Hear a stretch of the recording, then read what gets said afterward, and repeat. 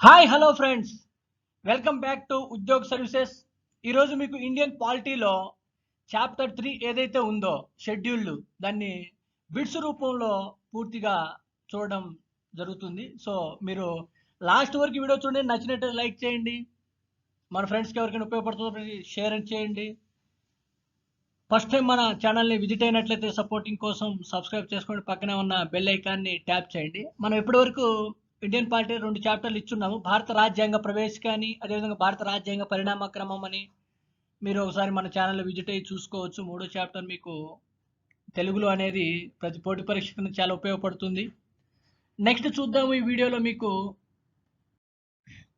Scheduled. భారత రాజ్యాంగంలో ప్రత్యేక వర్గాల కోసం ప్రత్యేక అంశాలతో న్యాయ వ్యవస్థ సమీక్ష నుంచి కొన్నింటికి మినహాయింపు ఉన్న విభాగమే షెడ్యూల్డ్.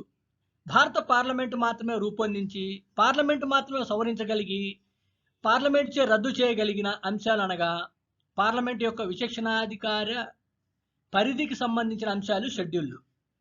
1935 భారత ప్రభుత్వ చట్టం ద్వారా 321 అధికరణలతో పాటు 10 షెడ్యూల్ను ప్రవేశపెట్టారు.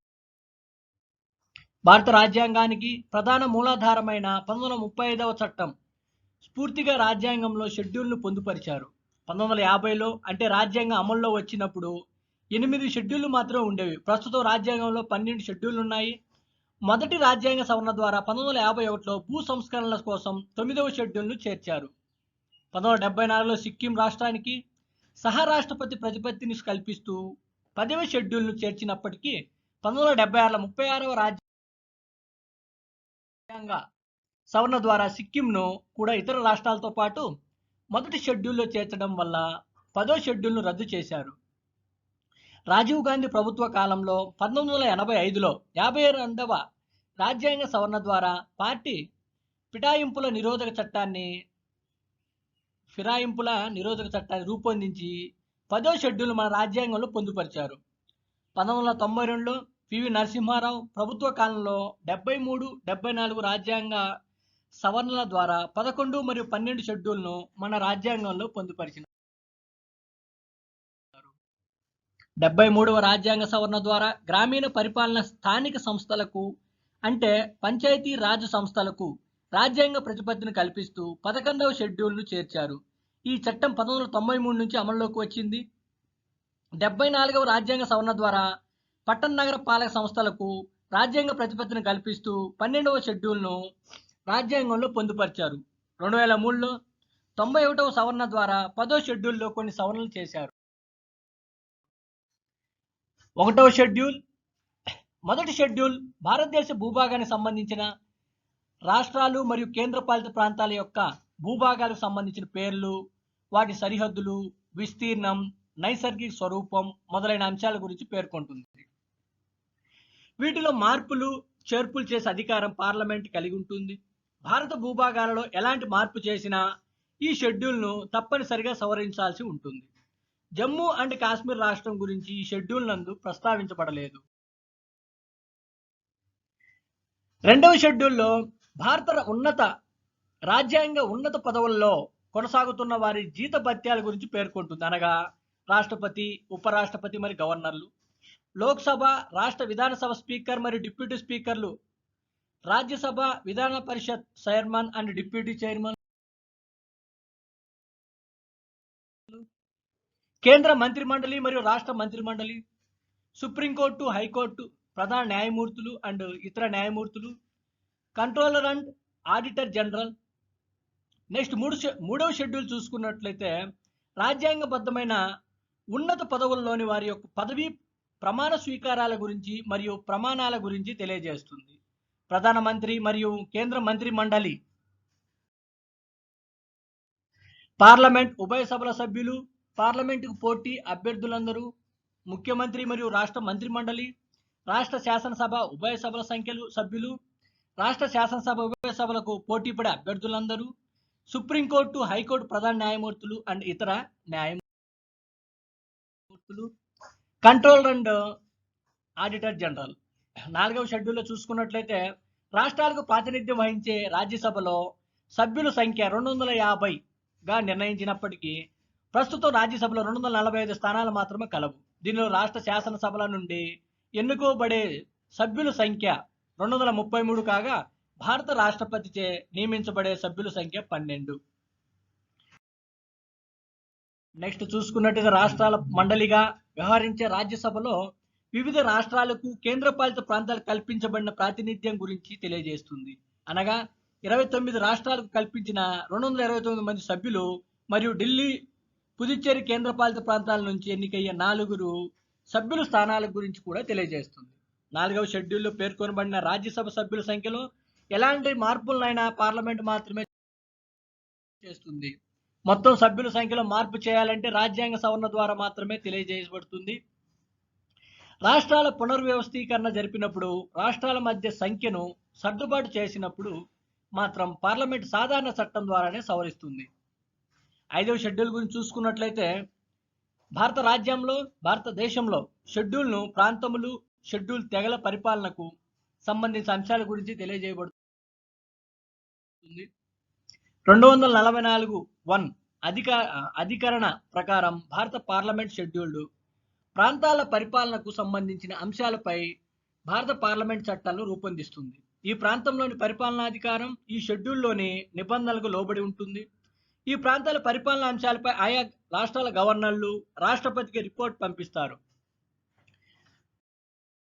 నెక్స్ట్ గా చూసుకుంటే 6వ షెడ్యూల్ అస్సాం, మేఘాలయ, త్రిపుర, మిజోరం అనే 4 రాష్ట్రాల్లో నివసించే ప్రత్యేక షెడ్యూల్డ్ తెగలు ప్రాంతాల అభివృద్ధి పరిపాలనకు సంబంధించిన నిబంధనల గురించి తెలియజేస్తుంది. అలాగే పశ్చిమ బెంగాల్లోని గోర్బా నేషనల్ హిల్ డెవలప్మెంట్ కౌన్సిల్కు రాజ్యాంగ ప్రతిపత్తి కల్పించి ఈ షెడ్యూల్ చేర్చాలని ఆలోచన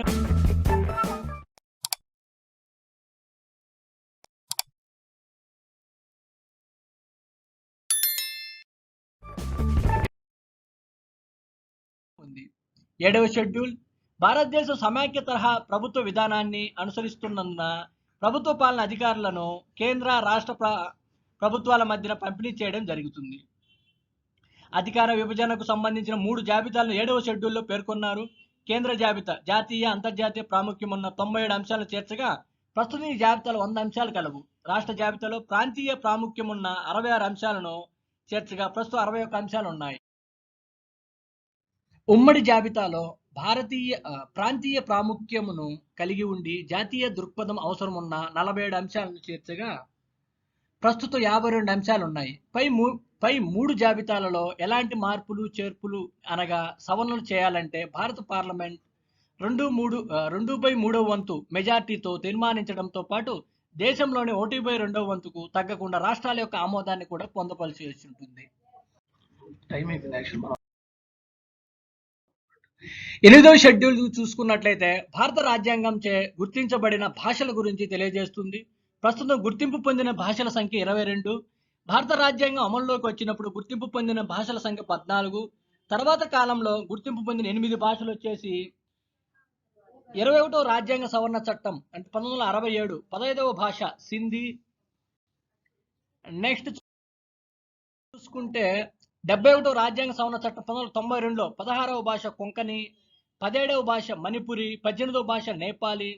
92వ రాజ్యాంగ సవరణ చట్టం 2003 19వ భాష బోడో, 20వ భాష డోగ్రీ, 21వ భాష మైథిలి, 22వ భాష సంతాలి. 96వ రాజ్యాంగ సవరణ చట్టం 2011 ద్వారా ఒరియా అనే పదవ స్థానంలో ఒడియా పదాన్ని చేర్చారు. ప్రస్తుతం దీన్ని ఒడియా భాషలో ఉచ్చరించాలి. ప్రస్తుతం రాజ్యాంగంలో 8వ షెడ్యూల్లో గుర్తింపు పొందిన 22 భాషల వరుస క్రమం వచ్చేసి అస్సామీ, బెంగాలీ, బోడో, డోంగ్రీ, గుజరాతీ, హిందీ, కన్నడ, కాశ్మీరీ, కొంకణి, మైథిలి, మలయాళం, మణిపురి, మరాఠీ, నేపాలీ, ఒడియా, పంజాబీ, సంస్కృతం, సంతాలి, సింధీ, తమిళం, తెలుగు, ఉర్దూ. ఈ షెడ్యూల్ నందు ఎలాంటి మార్పులు, చేర్పులు చేయాలన్నా కూడా అదేవిధంగా నూతన భాషలను చేర్చాలంటే కూడా రాజ్యాంగ సవరణ ద్వారా మాత్రమే చేయాల్సి ఉంటుంది. 9వ షెడ్యూల్ 1951లో మొదటి రాజ్యాంగ సవరణ ద్వారా ఈ షెడ్యూల్ చేర్చారు. భూ సంస్కరణల చట్టాలను న్యాయ సమీక్ష పరిధి నుండి మినహాయిస్తూ ఈ షెడ్యూల్ చేర్చారు. 31A సమాజ సమిష్టి ప్రయోజనాల కోసం వ్యక్తుల ఆధీనంలోని ఆస్తులను చట్టబద్ధంగా స్వాధీనం చేసుకోవచ్చు. 31B సమాజ సమిష్టి ప్రయోజనం కోసం వ్యక్తుల ఆధీనంలోని ఆస్తులను ప్రభుత్వాలు స్వాధీనం చేసుకున్నప్పుడు సదరు వ్యక్తులకు ప్రభుత్వాలు చట్టబద్ధంగా నష్టపరిహారాన్ని కూడా చెల్లించవలసి ఉంటుంది. 1951 నుండి 2016 వరకు ఈ షెడ్యూల్ను చేర్చబడిన అంశాల సంఖ్య 284. 76వ రాజ్యాంగ సవరణ ద్వారా తమిళనాడులో రిజర్వేషన్ల శాతాన్ని 69%కు పెంచిన అంశాన్ని కూడా ఈ షెడ్యూల్ నందు చేర్చినారు. కొయాలో వర్సెస్ తమిళనాడు మధ్య జరిగిన వ్యాజ్యంలో భారత సుప్రీంకోర్టు తీర్పునిస్తూ 9వ షెడ్యూల్లో పొందుపరిచిన అంశాలను కూడా న్యాయ సమీక్షకు గురి చేస్తాయని తీర్పునిచ్చింది.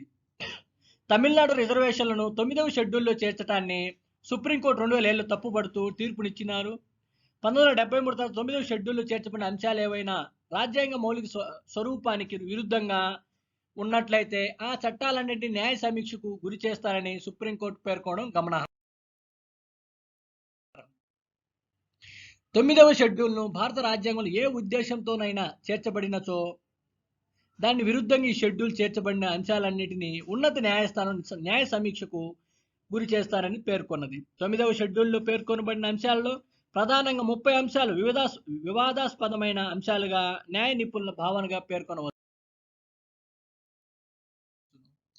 10వ షెడ్యూల్ గురించి తెలుసుకున్నట్లయితే పార్టీ ఫిరాయింపు నిరోధక చట్టం 1985లో రాజీవ్ గాంధీ కాలంలో 52వ రాజ్యాంగ సవరణ ద్వారా ఈ షెడ్యూల్ను రాజ్యాంగంలో చేర్చారు.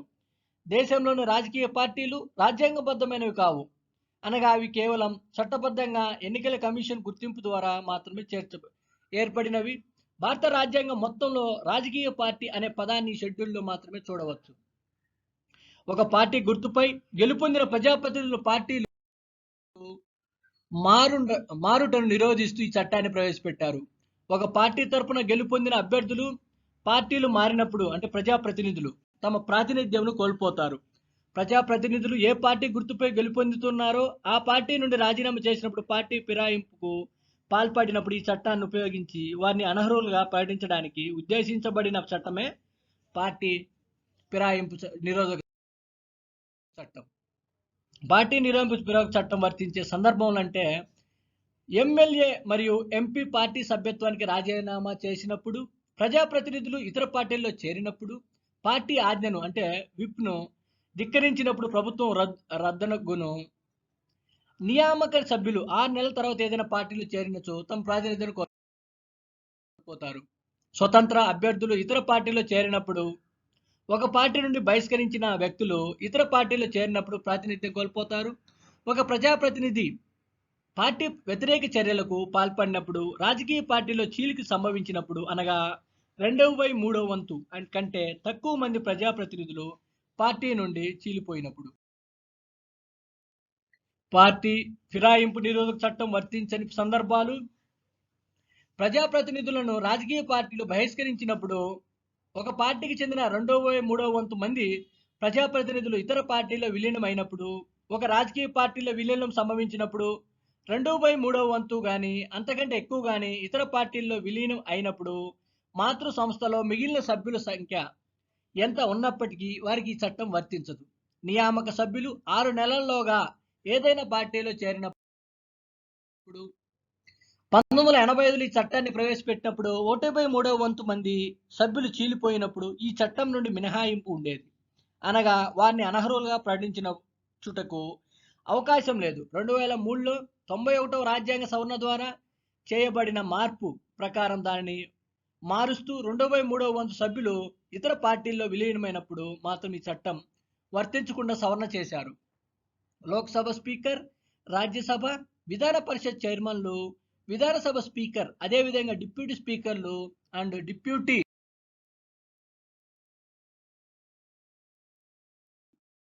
చైర్మన్లు సభాధిపతులుగా వ్యవహరించే సందర్భంలో వారికి చట్టం వర్తించదు. సభాధిపతులుగా ఎన్నికైన సభ్యులు ఎవరైనా తమ పార్టీకి రాజీనామా చేసినప్పటికీ వారు తమ సభా సభ్యత్వాన్ని కోల్పోరు.